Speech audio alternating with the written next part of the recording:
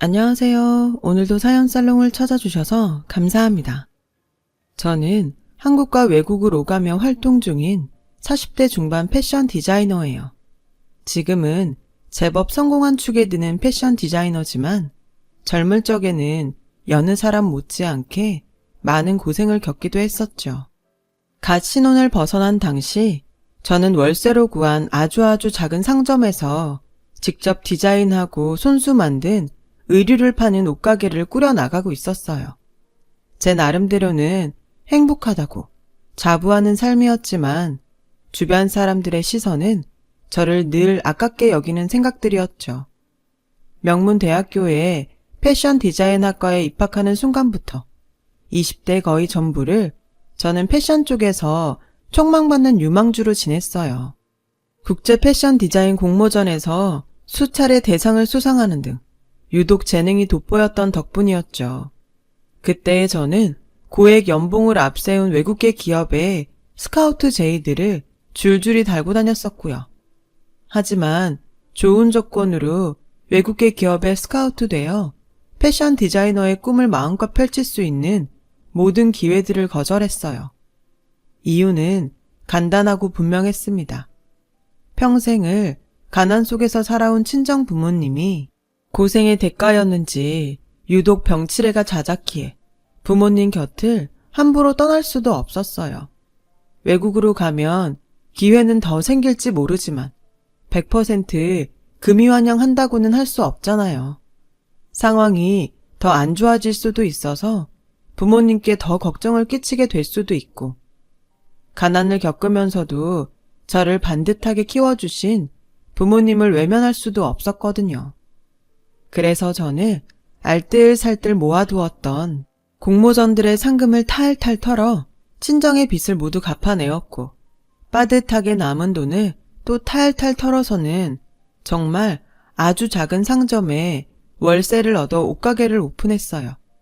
상황이 이러하니 저를 향한 주변의 시선들이 늘 안타깝고 아까울 수밖에요. 친정 부모님도 마찬가지였어요. 가난한 부모 때문에 능력 있는 외동딸인 저의 신세를 망친 거 아니냐며 줄곧 속상해 하셨어요. 그러나 저의 생각은 정반대였어요.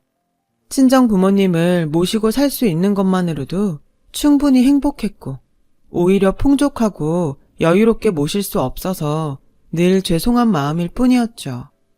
그렇게 친정 부모님을 더 잘 모시기 위해 작은 옷가게를 알뜰살뜰 꾸려가던 어느 날 저에게 작은 불운이 하나 닥쳐오면서 앞으로 이어질 큰 사건들의 전조가 시작되었어요. 사건의 시작은 옷가게가 새 들어있던 상점이 계약 만료가 되면서부터였죠. 당시 가게를 옮길 만한 여윳돈이 없던 저는 새 장사자리를 찾아 부동산을 이리저리 떠돌며 골머리를 엄청이나 썩고 있었어요. 그런 저에게 손을 내민 사람이 하나 있었으니 그 사람은 바로 시모였어요. 아범한테 듣자 하니 요즘 새 장사자리 찾아서 돌아다니느라 고생하고 있다지? 그쵸. 아무래도 여윳돈이 없다 보니까 작은 가게 자리 하나 구하기가 너무 어렵네요. 그래서 하는 말인데 오해하지 말고 들으렴. 네? 내 건물 1층에 놀고 있는 상점이 하나 있잖니? 거기로 들어오는 건 어때? 여기 있는 이 시모가 말이다. 이래봬도 건물주란다, 건물주. 떡하니 건물주 시모를 두고선 뭐가 그렇게 걱정이라든. 요즘은 하느님 다음에 건물주라더라. 시모는 본인 건물 1층에 자리한 10평이 채 안 되는 허름한 상점을 임대할 것을 저에게 권했어요. 하지만 솔직히 시모의 제안이 그다지 반갑지는 않았죠. 시모가 제안한 상점은 벌써 몇 년째 공실인 채로 놀고만 있던 골칫덩이였는데요. 그 골칫덩이를 겸사겸사 저에게 떠넘기려 한다는 속셈도 너무 뻔했거든요. 무엇보다 시모는 저를 포함한 많은 사람들의 빈정을 수시로 상하게 만들 만큼 건물주라는 유세와 잘난 척이 어마어마하게 심한 사람이었거든요. 그런 시모의 며느리인 것도 모자라 건물 세입자가 된다? 이어지는 그림은 안 봐도 뻔한 거잖아요. 차마 감당할 수 없을 만큼의 건물주 유세와 잘난 척이 쏟아지고야 말겠죠. 그래서 저는 시모의 제안을 애둘러 거절하기로 했어요. 어머님 건물 1층으로요? 제 옷가게를요? 왜? 싫다니? 요즘 젊은 것들 하는 말이 시댁이랑 친정은 멀수록 좋다더만은 너도 그런 거야? 친정도 모자라서 직장까지도 시댁 멀리 두고 싶어? 아니요, 그런 건 절대 아니고요. 아무리 어머님 건물이라도 세입자로 들어가는 거면 보증금이랑 월세랑 다 맞춰드리는 것이 맞는데 저한테 그만한 여윳돈이 없어서요. 보증금이야. 너 원래 있던 가게 자리랑 똑같은 보증금으로 주고 월세는 그래 시부모도 가족이고 부모인데 까짓 거 그 정도 못 도와주겠니? 월세 낮춰주시게요? 에이 괜히 그러지 마세요. 건물 임대가 어머님 생업인데 아무리 며느리라도 폐를 끼칠 수는 없죠. 너는 한 번씩 사람 서운하게 만드는 재주가 있다니까는. 내가 정말 깎아주고 싶어서 그래요. 진심으로다가. 얼마나요?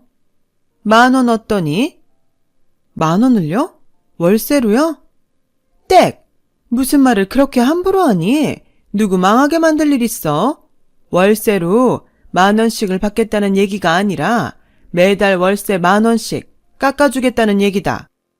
세상에, 이게 말인지 방구인지 꼴랑 월세 10,000원 깎아주겠다는 말을 늘어놓으며 거들먹거리기는 무슨 수십억 부동산 공짜로 넘겨주는 행세를 해대는 시모의 모습을 보며 저는 속으로 그러면 그렇지 싶었어요.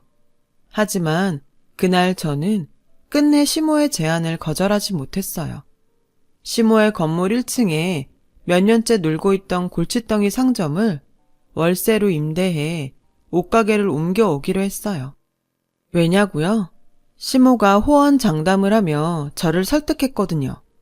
이 시애미가 대대로 동네 토박이인 건 알지? 알죠. 내가 대단한 마당발인 것도 알고? 어떻게 모르겠어요. 통장, 반상회장, 각종 모임 회장들도 많이 하고 개모임도 몇 개씩 개주로 지내고 계시잖아요. 그럼 얘기가 빠르겠구나. 우리 1층 상가에 임대해서 들어오면 마당발을 최대한 활용해서 팍팍 밀어주마. 동네 손님들 너한테 다 몰아주겠다는 얘기야. 그랬어요. 시모는 대대로 동네 토박이에 통장, 반상회장, 개주 등등 소문난 마당발이었고 저는 그 정도 마당발인 시모의 도움이라면 옷가게 운영도 한결 수월해질 수 있을 것이라고 생각했어요. 그래서 시모의 건물 1층 상점을 임대해 옷가게를 옮기기로 했던 거죠. 하지만 저의 옷가게가 시모의 건물에 입주하던 바로 그날부터 시모의 자잘한 부탁이 시작되었어요. 건물 맨 위층에 사는 시댁에 전구를 갈아달라는 둥, 무거운 택배가 왔으니 옮겨달라는 둥. 처음에는 결코 어려운 일이 아니었어요. 며느리로서 충분히 하고도 남을 일이었고 직장인인 제 남편의 출장이 워낙에 잦아서 시아버지도 안 계신 시모의 사정도 봐드리는 겸 했습니다. 처음에는 자잘한 부탁이었던 시모의 행동이 갈수록 심해졌어요. 어느 날부터인가 동네 사람들에게서 수선이 필요한 옷들을 몽땅 가져다가 제 앞에 던져놓더군요. 차로 한가득 실어다 놓을 만큼 많은 양이었죠. 그래놓고는 당황하는 저에게 매번 똑같이 하는 말이 우리 동네 안악들이 보면 볼수록 다들 참해요. 요즘 젊은 것들이랑은 다르게 아주 알뜰살뜰하다니까는. 또 수선인가요? 이 많은 옷들을 다? 너는 옷 만진다는 애가 딱 보면 모르겠니? 당연히 수선이지. 그걸 물어볼 시간 있으면 얼른 수선이나 시작하거라. 우리 개모임 회원들 옷인데 내가 내일 아침까지 수선 다 된다고 찰떡같이 약속을 해놓았으니. 지금이 벌써 밤 10시가 넘었는데요. 이거 내일 아침까지는 힘들고 된다고 해도 저 밤 꼬박 세워야 해요. 며칠 전에도 한번 이러시는 바람에 옷 수선하느라 밤새서 오늘까지도 피곤하고 힘들어요. 넌 그게 문제야. 젊은 사람 체력이 그따구여서 험한 세상 어떻게 산다든? 나 때는 말이에요. 일주일씩 밤새고 농사지으러 나가고 다들 그러고 살았어요. 그래도 아무 탈 없었다. 어머님, 농사 지은 적 없잖아요. 평생 건물주로 힘든 일 해본 적도 없고요. 꼭 농사를 지어야 이런 얘기를 할 수 있다든? 말이 그렇다는 얘기지, 말이. 일단 가져왔으니까 수선은 한번 해볼게요. 대신 다시는 이런 일 없었으면 좋겠어요. 여기는 옷가게지 세탁소가 아니잖아요. 옷가게나 세탁소나 삭바느질 허드렛 일은 거기서 거기지. 요새는 무슨? 네? 아, 됐고 내일 아침까지 해놓는 걸로 알고 이만 가보마. 수선비는요? 이번에도 또 공짜로 해주라고요? 이게 다 정이에요, 정. CM이가 건물주인 덕분에 월세 10,000원씩 저렴한 가격에 가게 임대해서 쓰고 있으면 이 정도는 감수해야지. 굳이 따지자면 이깟 건 손해도 아니에요. 건물주 향해서 당연히 보여야 하는 성이고 동네 장사 원래 다 정으로 하는 법이야. 무슨 말씀을 매번 그렇게 심하게 하세요. 그리고 말이야 말이지. 내가 어디 널 며느리랍시고 허구한 날 공짜로 부려먹었다든? 이틀에 한 번꼴로 동네 사람들 손님으로 소개시켜 주잖아. 이렇게 훌륭한 CM이 또 어디 있다고 투정이야, 투정은? 첫째, 동네 장사는 정으로 하는 거다? 맞는 말이죠. 동네 사람들 대상으로 하는 장사 중에 입소문 무시 못하는 장사는 없을 테니까요. 문제는 저한테 정이라며 동네 사람들의 옷수선을 공짜로 떠넘기고는 그 생색은 오직 시모 혼자 동네방네 다 내고 다닌다는 것이었어요. 자연스럽게 저희 옷가게가 알려진 것이 아니라 시모가 좋은 사람이라는 엉뚱한 입소문만 퍼졌을 뿐이었고요. 둘째, 시모가 이틀에 한 번꼴로 동네 사람들을 옷가게 손님으로 데리고 온다? 물론 틀린 얘기까지는 아니었어요. 시모가 동네 사람들을 저희 옷가게에 수시로 소개시켜주는 것만큼은 사실 그대로였으니까요. 하지만 시모가 소개시켜준 손님들은 가게에 전혀 도움이 되지 않는 골칫덩이 손님들에 불과했고요. 왜냐고요? 손님들을 저희 옷가게로 보내놓으며 시모가 걸어오는 전화의 첫 마디는 매번 똑같았거든요. 건물주 디스카운트, 지금 손님 한 명 갈 건데 내가 소개한 손님이니까 내 체면을 봐서라도 옷값은 딱 절반만 받으렴. 저번에도 얘기했잖아요. 무슨 대기업 시즌오프 재고도 아니고 절반 가격에 팔면 가게 문 닫아야 된다고요. 그러니 건물주 디스카운트가 정 부담스럽다 이 말이지? 당연히 부담스럽죠. 저는 뭐 땅 파서 장사하는 것도 아니고 매번 적자라니까요. 어디 보자. 그러면은 건물주 디스카운트 말고 시어머니 할인. 네? 시어머니 할인은 60% 할인. 알지? 어머님, 절반만 받는 것도 적자인데 60% 할인을 어떻게 하나요? 자꾸 이럴 거면 할인 금액만큼 어머님이 저한테 주시던가요. 뭐라고? 할인 금액만큼 어머님이 저한테 주시라고요. 통화가 끊기는구나. 잘 안 들리네. 휴대폰을 바꿔야 하나? 일단 끊는다. 여보세요? 어머님? 어머님? 맞다. 그리고 내 건물 계단들이 좀 더럽더라. CME 할인으로 60% 깎아주고 건물 1층 계단부터 옥상까지 싹 청소 좀 해놓으니라. 이처럼 시모는 본인의 손님으로 저희 옷가게를 소개시켜준 동네 사람들마다 최소 50%에서 때로는 70%까지 억지로 할인을 강요했어요. 그때마다 월세 깎아주네 어쩌네 하는 타령도 빠지질 않았죠. 월세랍시고 꼴랑 매달 10,000원 깎아주면서 말이에요. 그렇게 시모가 소개한 손님들에게 정성스레 손수 만든 옷을 헐값에 팔아야 했던 저는 매번 눈물을 삼킬 수밖에 없었고 더욱이 현실적인 고충은 훨씬 심각했어요. 시모의 강제 할인으로 인해 제가 떠안아야 했던 손해는 적게는 100여만 원을 훌쩍 넘는가 하면 심지어 아까 말했던 시모가 가져오는 동네 사람들 옷에 무료 수선권도 자꾸만 정도가 심해지더니 정상적으로 수선비를 받았다면 1, 200은 좋게 받고도 남을 지경까지 이르렀어요. 상황이 이러하니 저는 차라리 세탁소를 하는 게 낫겠다는 생각을 했을 만큼 경제적으로나 심적으로나 모두 힘겨웠죠. 제가 힘겹거나 말거나 시모의 갑질은 극에 달했고 결국 정도를 넘어도 한참 넘어서 버렸어요. 아니 글쎄 이제는 하다 동네 청소, 분리수거, 방범 순찰 등 허드렛 일들까지 전부 저 혼자에게 떠넘기려 들더라고요.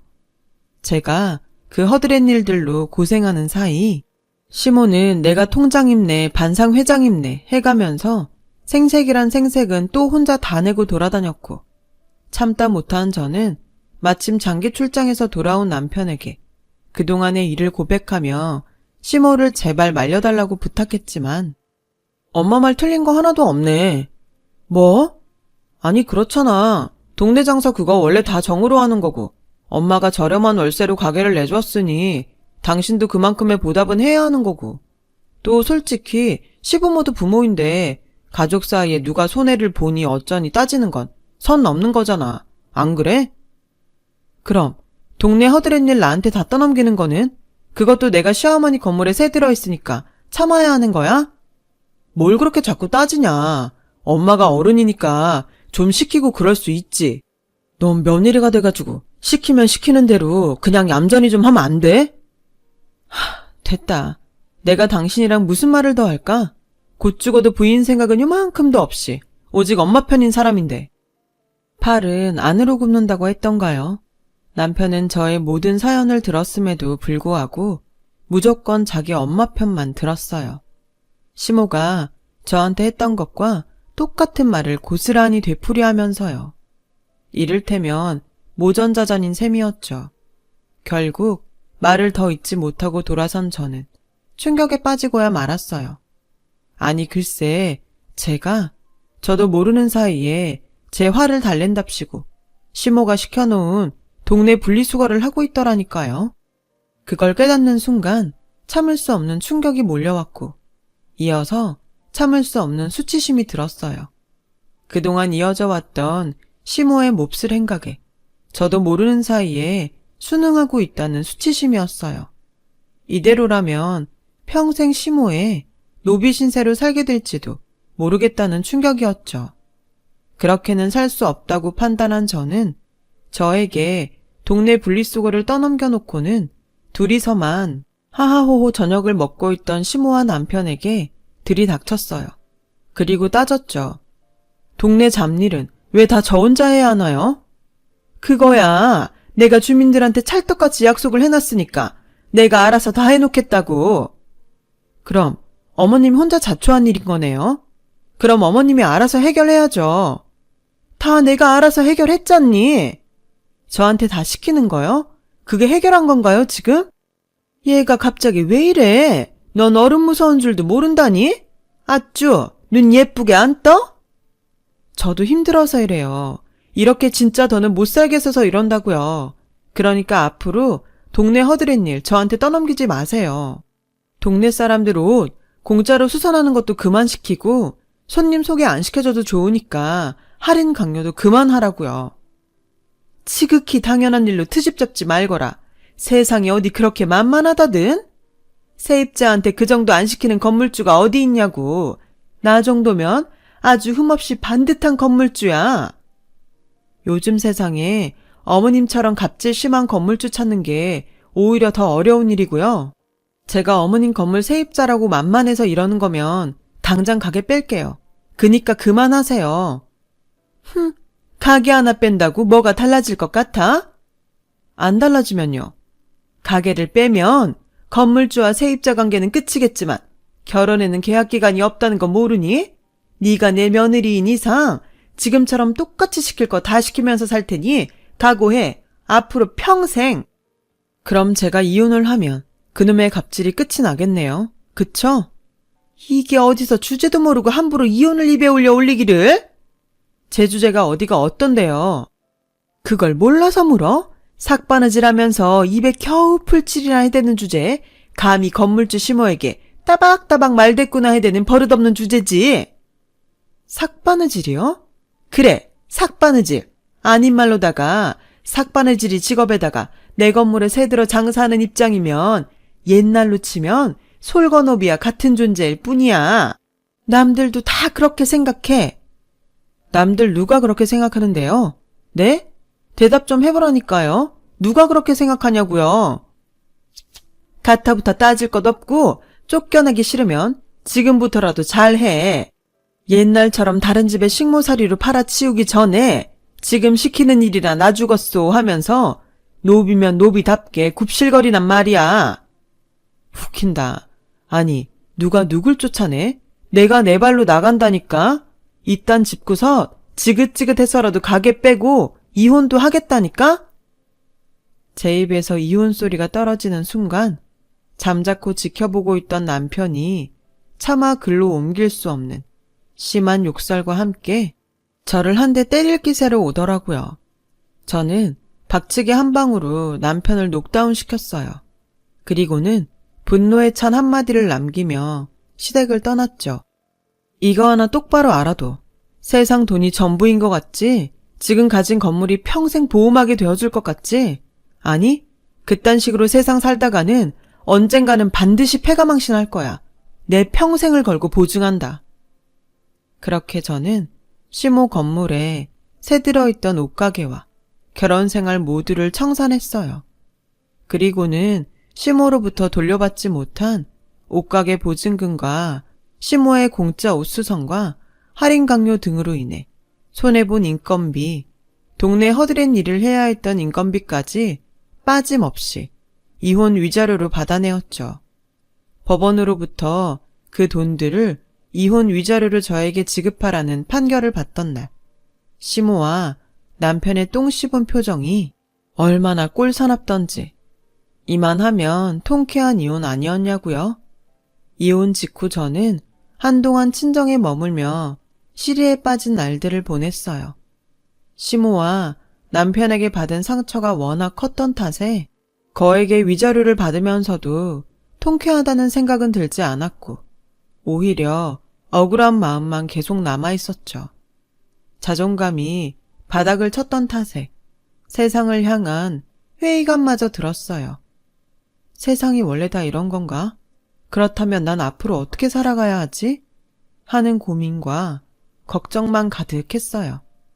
그런 저를 다시 일으켜 세운 건 촉망받던 패션 유망주의 길을 단념한 채로 친정 부모님을 보살피기 위해 동네 옷가게 주인을 택했던 저를 늘 안타깝게 여기던 가족이었어요.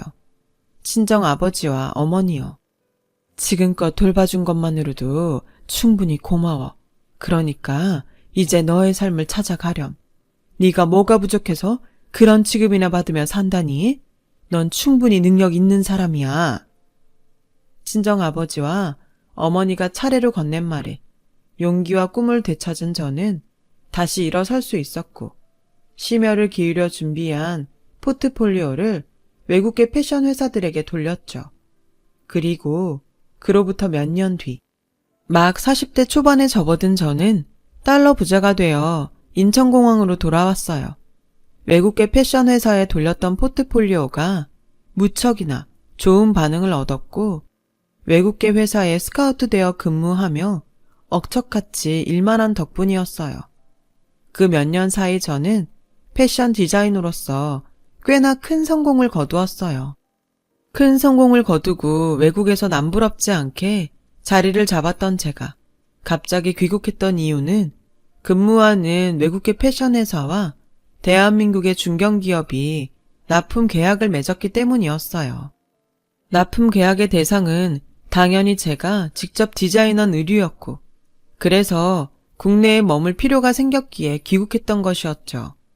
친정 부모님의 환영을 받으며 귀국한 저는 곧장 한국에 머물 집을 알아보러 다녔어요. 그러던 중 엄마가 그러시더라고요. 경매에 나온 매물이 있는데 한번 보지 않겠냐고요. 그 경매 매물은 바로 한때 저를 삭바느질 노비 취급했던 시모의 건물이었어요. 시모가 입만 열면 건물주랍시고 거들먹댔던 바로 그 건물요. 이게 뭐가 어떻게 된 일인지. 답은 의외로 친정 어머니가 알고 있더라고요. 내 전 시엠이라는 작자가 전 재산을 아주 홀랑 말아먹은 모양이더구나. 홀랑? 아니, 왜? 건물 하나쯤 가지고 있으면 어지간해서는 망할 일 없을 텐데. 어지간한 일이 아니었으니까 홀라당 말아먹었지. 그 작자가 원래부터 모임 만드는 거 좋아했잖니.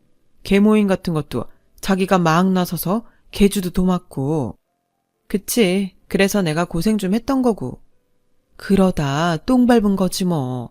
내 전 시애미가 친한 동네 친구랑 개모임을 크게 하나 더 만들고 둘이서 번갈아 가면서 개주 노릇을 했는데 개주 중에 하나인 친구라는 사람이 동네 사람들 개돈을 몽땅 들고선 야반도주를 해버렸대. 그냥 개돈만 들고 튄 게 아니라 시애미한테 사기쳐서 혼자서 따라오고 있던 개돈들까지 싹싹 훔쳐갔다더구나. 와, 그 인간 언젠가는 큰 코 한번 다칠 줄 알았어. 그래서요? 뻔하지. 동네 사람들이 혼자 남아있는 시애미한테 개돈 돌려놓으라는 소송을 줄줄이 걸었는데 친구한테 도둑 맞은 개돈이 개모임 7개 정도만큼 되나? 워낙에 엄청난 금액을 들고 튀어버린 바람에 갚을 능력이 없는 시애미는 온 집안에 빨간 딱지가 붙은 것도 모자라 입만 열면 그렇게 자랑을 해대던 건물까지 경매로 넘어가 버린 거지 뭐. 이런 일 있는 줄 알았으면 하루라도 빨리 귀국할 걸 그랬어. 그 인간들 집에 빨간 딱지 붙는 꼴 생방송으로 직접 목격하게. 엄마는 봤다? 그것도 직접. 엄마가? 왜요? 생각해보니까 그러네. 받을 돈 다 받고 이혼했으니 이제 우리랑은 아무 상관없는 남남인데 굳이 그 집안 소식까지 엄마가 줄줄이 꿰고 있는 것도 그렇고 좀 이상해. 무슨 이유라도 있어요? 궁금했으니까 남의 집 귀한 외동딸한테 그렇게 몹쓸 짓을 해대던 인간들이 얼마나 잘 먹고 잘 사나 그게 너무 궁금했으니까 어떤 천벌을 받고선 패가망신하나 썩 궁금하기도 했고 친정어머니의 말을 듣는 내내 가슴이 뭉클하더라고요. 딸이 겪은 일이 얼마나 속상했으면 그 순박한 친정어머니마저 몹쓸 시댁이 패가망신하는 걸 고대하며 지켜보았을까 싶어서요. 그래서 저는 눈 딱 감고 대출도 좀 껴서 경매에 나온 시모의 건물을 확 낙찰받아 버렸죠. 저 개인적인 복수도 할 겸 친정 부모님의 한도 풀어드릴 겸 해서요. 그런데 저와 친정 부모님이 낙찰받은 시모의 건물을 보러 가던 날 시모와 남편은 알거지가 된 현실을 부정이라도 하려는지 빨간 딱지가 고스란히 붙어있는 가구와 소파들로 건물 입구를 봉쇄한 채로 여기는 본인들 건물이니 절대로 나갈 수 없다며 농성을 벌이고 있더군요. 시모와 남편이 농성을 벌이는 현장 주변으로는 동네 사람들이 까맣게 몰려들어 시모와 남편을 향해 욕짓거리 한마디씩 던져대고 있었고요. 눈치를 보아하니 까맣게 몰려든 동네 주민들 모두가 시모에게 갯돈을 손해본 사람들인 것 같았어요. 우스웠죠. 저에게 허드렛 일이란 허드렛 일은 모조리 떠넘겨놓고는 정작 동네 방네 생색과 사람 좋은 척은 혼자 다 하고 다녔던 시모가 지금은 결국 죽일년이 되어 사람들 앞에 서 있는 꼬라지가 말이에요. 그런 와중에 저를 발견한 시모와 남편의 얼굴에 화색이 돌더라고요. 설마 했는데? 진짜 너였구나. 내 건물을 낙찰받은 사람이 진짜 내 며느리였어. 다행이다. 참 다행이야. 다행이요? 설마 당신 건물 낙찰받은 사람이 옛 며느리니 아범이랑 재결합해서 다시 하하호호 행복하게 잘 살아보자. 그런 소리는 아니죠? 아무렴 그렇게 해주면 우리야 고맙지. 당연히 그렇게 되어야 세상 옳은 일이고. 재결합한 다음에는요. 내 건물부터 돌려줘야지. 왜 그래야 하죠? 내가 시임이니까 너는 며느리고. 그래서 기껏 경매에 낙찰받은 건물을 돌려줘라? 당연히 공짜로? 그러면은 시부모한테 돈을 받으려고 했어? 내가 너한테 베푼 정이 얼만데? 그 말이 그냥 막 웃기더라고요. 그래서 한참을 웃었어요. 정을 베풀기는 무슨 별 쓰레기 같은 소리를 다 듣겠네 정말. 저기요 아줌마, 우리 예전에 끝난 사이거든요. 그것도 아줌마랑 아줌마 아들내미가 워낙에 개차반이어서. 알겠어요? 이게 어디서 그런 몹쓸 말을? 아직 잘 이해가 안 되는 모양인데 당신 건물 좋아하잖아. 건물주는 원래 유세 떠는 게 당연한 일이라고 했잖아? 나 지금 그 당연한 유세 떨고 있는 거라고. 당신한테 받은 유세 똑같이 돌려주러 온 거라고. 꼴을 보아하니 돈 꽤나 번 모양이지? 삭바느질이나 하던 천박한 솔건어비 주제. 어디 로또라도 맞았다든? 로또는 내 자체가 로또였지. 당신들은 그걸 놓쳤을 뿐이고. 뭐? 그냥 내가 성공한 거라고요. 당신이 말한 그 바느질 능력으로. 거짓말이지? 거짓말이라고 해 얼른! 왜? 배 아파요? 그럼 더 해드릴까? 연봉만 해도 억소리 나는데 인센티브는 또 얼마나 많을 것 같아요? 어마어마해. 지금 내 통장에 돈이 얼마가 쌓여있고 그냥 놔둬도 은행 이자는 또 얼마나 많이 붙는지. 이 정도면 현실 파악이 좀 되죠? 난 당신들 건물 낙찰받은 건물주이자 크게 성공한 부자. 당신들은 건물 날려먹고 쫓겨나는 알거지. 이래도 모르겠어? 신세 역전됐다고 이 정신나간 아줌마야. 그러자 시모아 남편이 여기는 본인들 건물이니 한 발자국도 나갈 수 없다고 악다구니를 치기 시작했어요. 저를 향해 뭘 막 집어 던지기는 했는데 하나도 맞지를 않았고요. 허우적대는 그 꼴이 우습더라고요. 그러거나 말거나 저는 시모아 남편을 향해 승리의 미소를 날리며 경찰에 전화를 걸었어요. 외부인이 제 명의의 건물에 장애물을 설치해놓고 무단 점거 농성을 벌이고 있다는 신고 전화였죠. 결국 시모아 남편은 경찰들의 손에 끌려 나왔어요. 그렇게 시모아 남편은 몰매나 겨우 면한 채로 동네에서 처참하게 쫓겨났죠.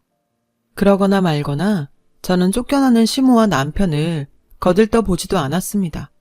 과거 시모아의 악행으로 인해 온갖 고생을 치르던 저를 남편이 거들떠보지 않았던 것처럼요. 돈 좀 있답시고 나를 삭바느질이나 하는 솔고노비 취급하더니 결국엔 지들이 그 돈 때문에 쫓겨다니는 도망노비 신세가 됐네. 이래서 돈 있다고 사람 업신여기고 그러면 안 되는 건가 봐.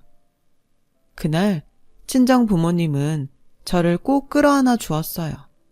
진한 위로와 깊은 이해의 포옹이었죠.